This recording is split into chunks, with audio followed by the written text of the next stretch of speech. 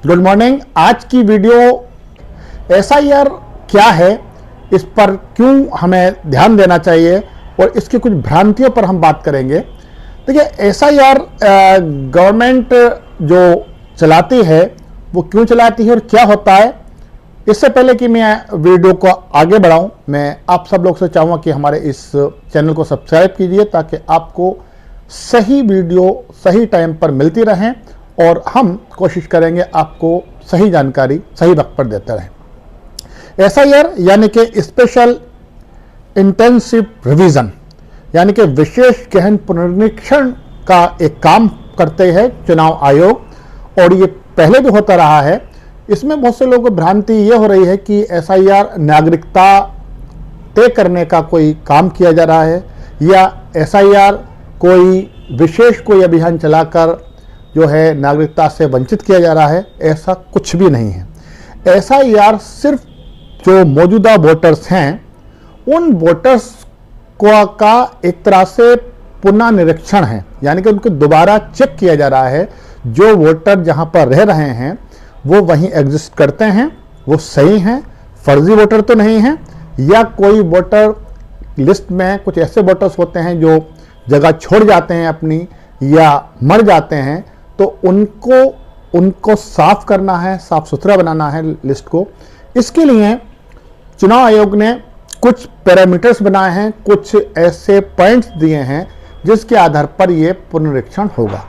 पहला, इसके दो चरण हैं। पहला चरण जो 4 नवंबर से 4 दिसंबर तक हो रहा है, इसमें सभी बीएलओ को यानी कि जो भी बूथ लेवल के जो ऑफिसर्स होते हैं उनको भेजा जा रहा है घर घर, और उन्हें इस तरह का फॉर्म दिया जा रहा है जिसमें फोटो लगा हुआ है और उस वोटर की पूरी डिटेल है, और इसमें 3 कॉलम हैं।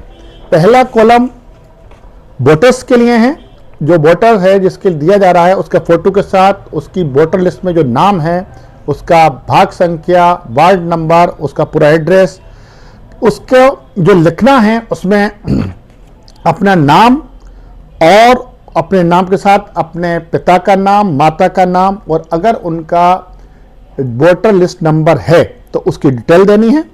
इसके साथ साथ अगर ये भी नहीं है उसके पास तो माँ बाप और अपना नाम के साथ साथ अपना आधार कार्ड का नंबर दे सकता है, डेट ऑफ बर्थ भी दे सकता है। तो ये उसके लिए है। लेकिन 3 बातें सभी वोटर्स को मैंडेटरी है, सबको देनी है अनिवार्य रूप से।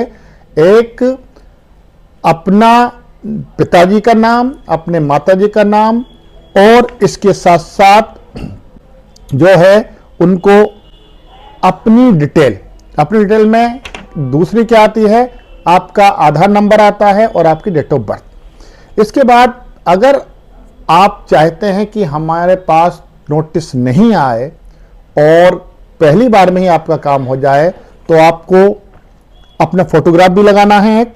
उसके साथ साथ अगर 2003 की लिस्ट में आपका नाम है, यानी कि 1987 से पहले के आप वोटर हैं, तो 2003 की लिस्ट में आपका नाम होगा। उस वोटर लिस्ट का डिटेल अगर आपके पास मिल जाती है तो वो अगर आप भर देते हैं अपना, और अपना नहीं है अगर आपके पास तो आपके अपने माता पिता, दादा दादी, नाना नानी, इनमें से किसी एक की भी डिटेल है तो वह आप भर सकते हैं। डिटेल वोटर्स लिस्ट की अगर नहीं मिलती है तो उनके नाम लिखकर आप छोड़ सकते हैं और अपने सिग्नेचर कर दिए, यानी कि सिग्नेचर, फोटोग्राफ और अपना अपने माँ बाप का नाम, ये लिखना ज़रूरी है। इसके बाद आप अगर आपके पास उनके वोटर लिस्ट की डिटेल है तो लिख सकते हैं, नहीं तो कोई ज़रूरी नहीं। 3 कॉलम, पहला कॉलम आपके लिए, दूसरा कॉलम उन लोगों के लिए है जिनका 2003 की लिस्ट में नाम है, यानी कि उसी वोटर का जिसका ये फॉर्म है उसका अगर 2003 की डिटेल है उसके पास तो वो भर दे। और अगर 2003 के बाद का वोटर है, यानी कि 87 के बाद का वोटर है, तो वो क्या करेगा, अपने माँ बाप, दादा दादी में से जिसका भी है उसका नाम लिखेगा, उसके साथ साथ उसका ईपीआई नंबर यानी कि वोटर का जो नंबर है वो लिखेगा, और उसका संबंध से मतलब है पिता है तो पिता का नाम लिखा जाएगा, पिता का नाम, और माँ है तो माँ के पिता का नाम, और दादा है तो दादा के पिता का नाम। तो इसलिए ज़्यादा आमतौर पे पिता की डिटेल रखते हैं लोग फादर की, तो फादर के जो है फादर का नाम आएगा और उनसे संबंध यानी उनके जो है वो पिता हैं उनके, और उनका ज़िला कौन सा था, और उनका ईपीआई अगर नंबर है आपके वालिद का पिता का तो लिखें, नहीं है नंबर तो नहीं लिखिए। इसके साथ साथ कौन से स्टेट में रहते थे वो, और विधानसभा कौन सी थी, और उसका भाग संख्या कौन सी है, और अगर वोटर लिस्ट आपको मिल जाती है तो वोटर लिस्ट में कौन सी क्रम संख्या में उनका नाम है। सिर्फ इतना लिखकर सिग्नेचर करके ये कॉपी दे देनी है आपको बीएलओ को। इसकी कॉपी फोटो स्टेट करा के अपने पास भी रख लीजिए अपनी रिकॉर्ड के लिए, ताकि आगे आपके काम आए। आप अपना मोबाइल नंबर दे सकते हैं ताकि आगे डिटेल लिखने में आपको कामयाब मिल सके।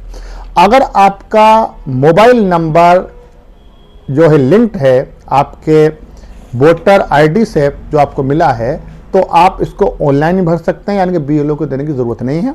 अब तक बहुत सारे, उत्तर प्रदेश की बात करें हम तो लाखों की संख्या में लोगों ने ऑनलाइन ये फॉर्म भर दिया है, यानी कि एसआईआर का काम पूरा कर दिया है। तो ये बहुत सरल प्रक्रिया है, इसमें कोई घबराने की बात नहीं है।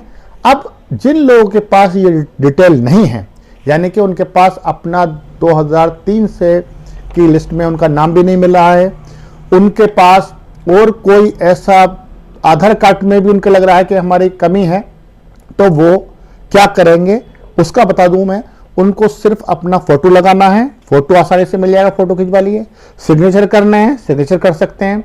उनको अपने माँ बाप का नाम लिखना है, वो भी लिख सकते हैं, इसमें कोई दिक्कत नहीं आ रही होगी। मोबाइल नंबर दे सकते हैं आप, और आप अपने ये करके जमा कर दीजिए। फिर आपके पास 1 महीने के बाद आपसे कुछ सवाल पूछे जा सकते हैं। सवाल जैसे कि आपके पास कौन सा आपकी जो आइडेंटिटी प्रूफ करे, आपका यहाँ रिहाइश का आपका कौन सा ऐसा दस्तावेज है जो आपको साबित करे कि आप यहाँ रहते हैं। तो उसके लिए 12, 13, 14 आएंगे, पूछेंगे वो, उनमें से कोई आप 1 या 2 आप अपने पास तैयार रखें, जिसमें आपका पासपोर्ट हो सकता है, आपकी जो है घर का कोई ऐसा हो सकता है वाटर टैक्स, या आपका टेलीफोन का बिल, आपका बिजली का बिल, या आपका पैन कार्ड, या आपका जो है आप कहीं सर्विस करते हैं तो उसका आई कार्ड, या आपकी कोई ऐसी सरकारी पासबुक जिसमें आपका नाम भी हो, आपका एड्रेस भी हो, आपका फ़ोटो भी हो। तो ऐसी कोई चीज़ें मांगी जा सकती हैं आगे के लिए, उसके लिए आप तैयार रहिए।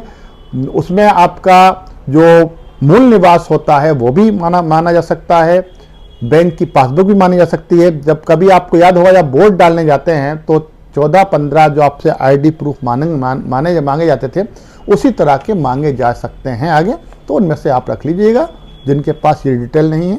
परेशान होने की ज़रूरत नहीं है, बहुत सरल प्रक्रिया है, इसमें पूरा सहयोग कीजिए और आप भी निश्चिंत रहिए। ये कोई इससे किसी की नागरिकता पर कोई असर नहीं पड़ रहा है, सिर्फ वोट के लिए हैं। अगर आपका पूरी तरह गलत भी हो जाता है ये, तो आपका कोई फर्क नहीं पड़ेगा, सिर्फ आप वोट नहीं दे पाएंगे। फिर जब वोट की प्रक्रिया शुरू होगी, नए वोट बनेंगे तो आप उसमें बनवा सकते हैं। 2-3 महीने बाद वही प्रक्रिया शुरू होगी, इसलिए आपको परेशान होने की कोई ज़रूरत नहीं है। एसआईआर का काम यही है। अगली वीडियो में हम आपको और मज़ीद जानकारी देंगे, इसलिए आप हमारे चैनल को सब्सक्राइब कीजिए, शेयर कीजिए, ताकि आपको सही जानकारी मिलती रहे। फिर मिलते हैं अगली वीडियो में। मैं जुल्फ़कार अलीगढ़ से।